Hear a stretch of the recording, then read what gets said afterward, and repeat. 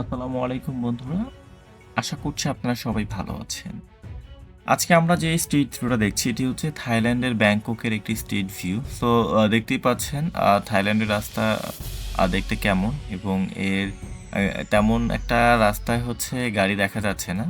খুবই অল্প পরিমাণে গাড়ি চলছে। তো বন্ধুরা দেখুন থাইল্যান্ডের রাস্তার ভিডিও এবং ভালো লাগলে অবশ্যই কমেন্ট সেকশনে জানাবেন এবং চ্যানেলটি সাবস্ক্রাইব করবেন। Thank you.